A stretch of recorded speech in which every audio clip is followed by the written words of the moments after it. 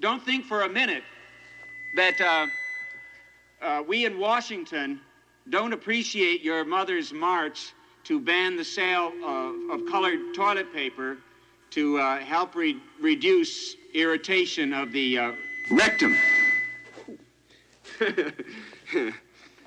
But today, I want to direct my remarks to an old and familiar enemy, the automobile.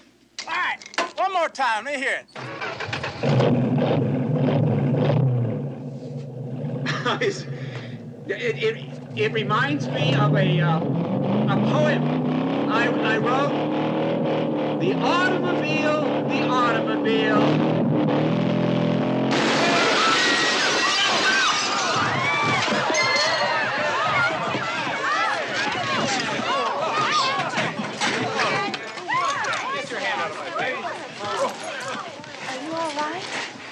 They picked on the wrong one this time.